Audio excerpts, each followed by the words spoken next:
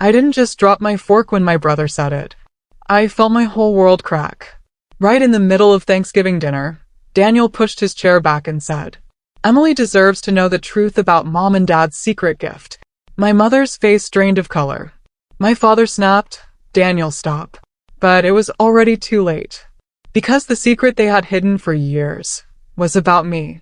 If you love emotional stories about betrayal, shocking family secrets, and powerful revenge, make sure you subscribe to the channel and turn on notifications so you never miss a story like this. My name is Emily Carter, and I was 28 years old when Thanksgiving dinner shattered everything I thought I knew about my family. For most of my life, people described my parents as the perfect couple. My dad, Robert, was the reliable provider who never missed a day of work. My mom, Linda, was warm, organized, and the queen of family traditions. Every holiday happened at their house, especially Thanksgiving. The same big house in Connecticut. The same long oak table that had been in our dining room since I was a kid. The same smell of roasted turkey, cinnamon candles, and my mom's homemade stuffing. My mom always said traditions were what kept a family together. For years, I believed her. I was the older daughter, the responsible one, the quiet one who followed the rules and tried to make everyone proud. My younger brother Daniel was the opposite. He was sharp, sarcastic, a little reckless sometimes. But he was also incredibly protective of me. When we were kids, he used to tell people, "Emily's the boss. She's the only one allowed to tell me what to do." Back then, I thought it was sweet. Now I realize he was paying attention to things I didn't notice. By the time I was 28, my life looked pretty stable from the outside.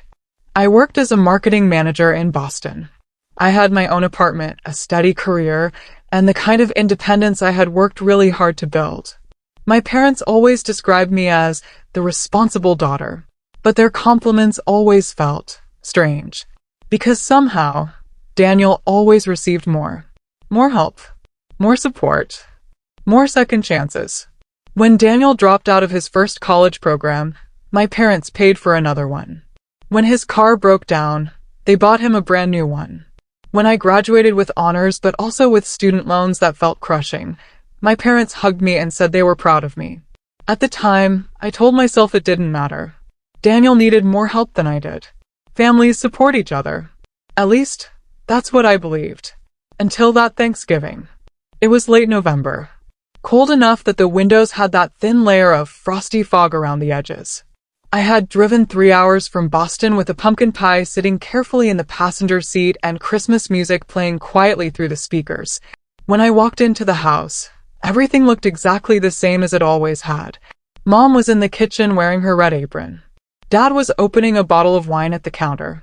The Thanksgiving parade played softly on the TV in the living room. For a moment, I felt like I had stepped back into my childhood. Daniel arrived about 20 minutes later, and something about him immediately felt different. He wasn't rushed like usual. He wasn't messy or distracted. He was calm. Too calm. He hugged me tighter than usual. "Hey, he said quietly. I laughed a little. "Why do you look so serious?" He shrugged. "Just thinking about family." At the time, that sentence didn't mean much to me. Now I realize it meant everything. Dinner started exactly the way it always did. The turkey sat in the center of the table. Sweet potatoes, stuffing, and cranberry sauce surrounded it like a perfect little holiday picture. Dad raised his glass and gave his usual speech about being grateful for family and blessings. Everyone smiled. But Daniel barely ate anything. He just kept glancing at our parents. And after a while, I noticed something strange about my mom too. She looked nervous. Not the normal kind of stress that comes from hosting dinner. Real nervous. Her smile kept twitching. Her hands kept adjusting napkins that were already perfectly folded. Halfway through dinner, Daniel suddenly set his fork down. The sound echoed across the table. Clink. Everyone looked up. Dad frowned slightly. "Everything okay?" Daniel leaned back in his chair and looked straight at our parents. He didn't look angry. He didn't look emotional. He just looked certain. "Actually," he said slowly, "there's something we should probably talk about." A strange tension spread through the room. Mom's hand froze around her wine glass. Dad's jaw tightened. Then Daniel turned his head and looked directly at me. Not them. Me. There was something in his eyes that I had never seen before. Pity. Emily, he said gently, do you remember the gift Mom and Dad gave me last year? I blinked in confusion. Your condo, I said. Daniel nodded once. Yeah, he replied quietly. Then he turned back toward our parents, and his voice dropped into a tone that suddenly made the entire room feel colder. Maybe it's time Emily finds out where that gift actually came from. And suddenly, my parents looked absolutely terrified. The room was silent for what felt like an eternity. My fork hovered in midair, half frozen, as if even the turkey and stuffing were holding their breath.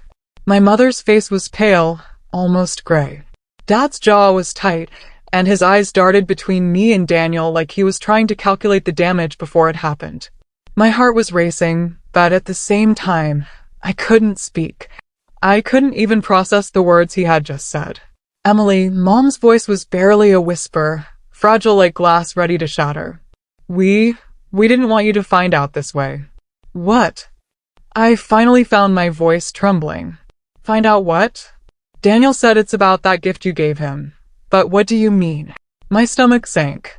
Something deep, something familiar yet terrifying, stirred inside me. I had a feeling I wasn't ready for. Dad's voice came out harsher than usual, more clipped. It wasn't meant for you. Daniel needed it more. I froze. My head spun. Needed it more? Are you serious? My mind replayed every birthday, every holiday, every time I asked for help and got a polite no, while Daniel got everything he wanted. All the little injustices, all the moments I had brushed off, suddenly weren't little at all. They were pieces of a puzzle I had never realized I was assembling, pieces that now showed a picture I couldn't believe was real. Daniel finally spoke, calmly, almost painfully calm. Emily, they didn't give it to me because I deserved it more. They gave it to me because they wanted to keep you from it. The words hit me like a hammer. My vision blurred. I had always known something was off, but to hear it out loud, in front of everyone, it was like my whole world had been rewritten in a single sentence. What do you mean? I whispered, my voice cracking. Why would you do that? Mom looked down at the table. Her hands shook. It was complicated. We thought it would be better for you if you didn't have it. Better? Better for me? I wanted to laugh, but it came out as a strangled sob. I could feel tears welling up, hot and sharp, and I wanted to scream. All those years of being the responsible daughter, the one who followed the rules, who never complained, had it all been meaningless? Had they just chosen my brother over me?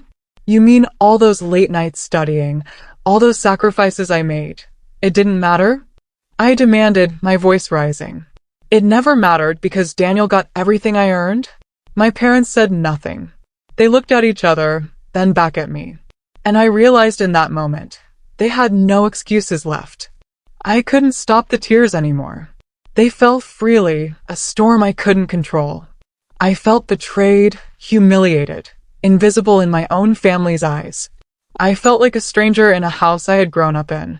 I remember Daniel reaching out and placing a hand on mine. Emily, I know this hurts, but you need to hear the rest. It's not just about the gift. I shook my head, trying to escape, but my brother gently held me there.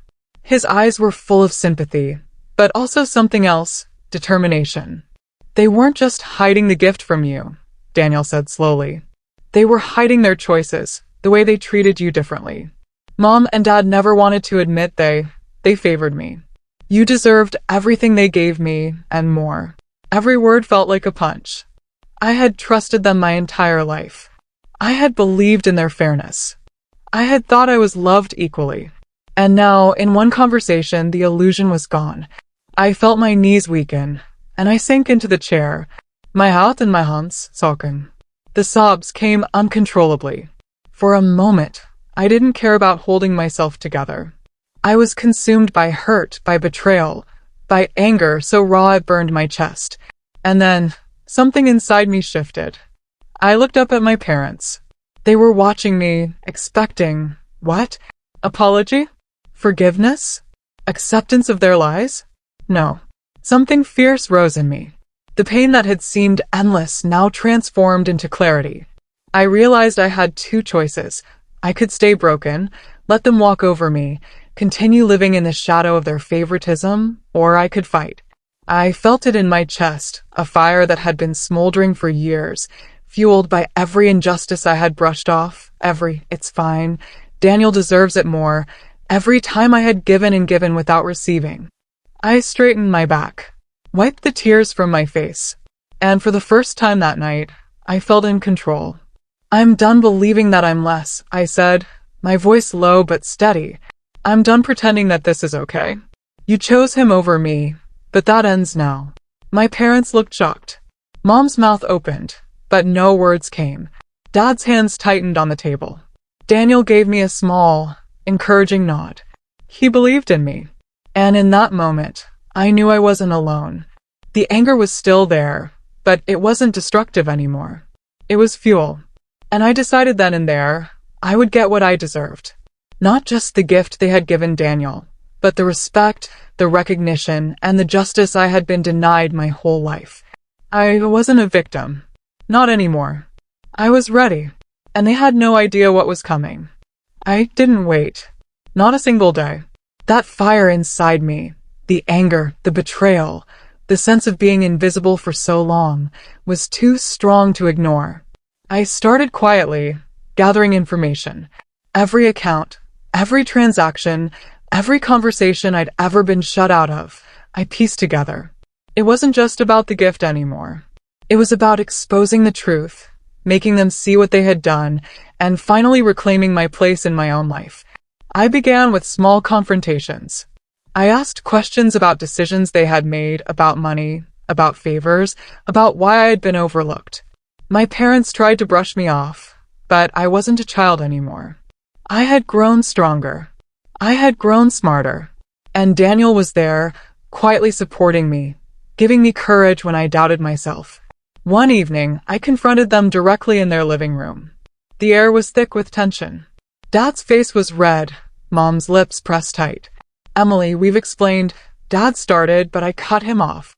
"No, you haven't explained. You've lied. You've taken what was mine and given it to him. And now it's time you understand the consequences."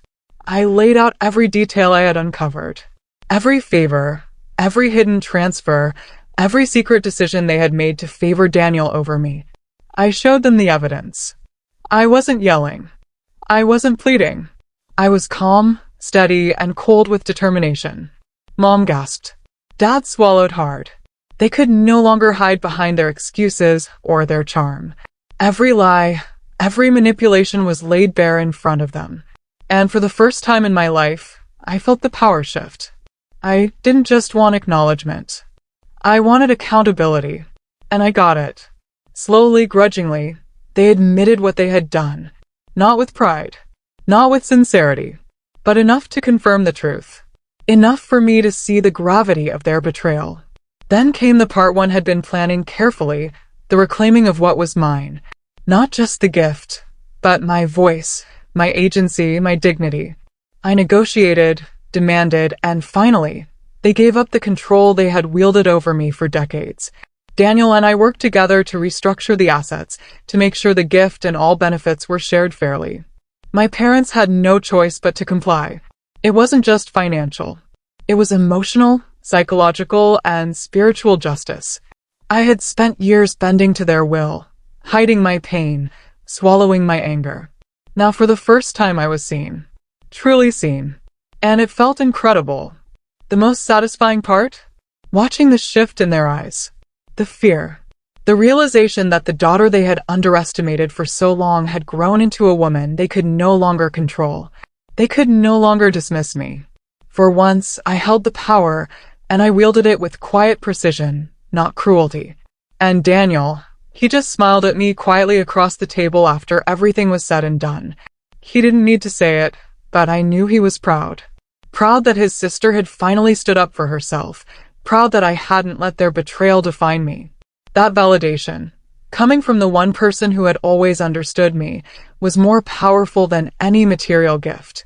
Weeks after that Thanksgiving, I realized something profound. Revenge wasn't about making them suffer. Revenge wasn't about payback in the petty sense. True revenge was reclaiming myself, refusing to let the lies and favoritism dictate my life, and stepping fully into the woman I had always been meant to be. I began making changes in every aspect of my life. I invested in myself, in my career, and my personal growth. I started saying no to things that didn't serve me. I stopped excusing their behavior and began protecting my own boundaries. Every step I took was a reminder that I would never be silenced again. And the best part? I finally felt free. Free from the shadow of their favoritism. Free from the guilt I had carried. Free from the belief that I deserved less. It was a freedom I had never known. It was intoxicating, empowering, and utterly transformative. Looking back now, I realized that Thanksgiving had been the breaking point, but also the beginning. The day my brother spoke up, the day the truth came crashing into the room, the day my parents' lies were exposed, was the day I became unstoppable. I took the betrayal, the heartbreak, and the pain, and I transformed it into power. So, to anyone watching who feels overlooked, undervalued, or betrayed, your truth matters. Your voice matters. You are stronger than you think, and no one, no parent, no sibling, no friend can decide your worth. Stand up. Fight for yourself. Claim your justice. And that's exactly what I did. Because in the end, revenge isn't about them. It's about becoming the person they never wanted you to be, and loving yourself enough to never let anyone else diminish you again. If you felt the intensity of this story, the shock, the betrayal, and the ultimate triumph, make sure to subscribe to the channel and hit the notification bell. There are more stories like this waiting. Stories that will make you feel, make you question, and remind you that sometimes the greatest justice comes from within. Because your story, your power, is just waiting to be claimed.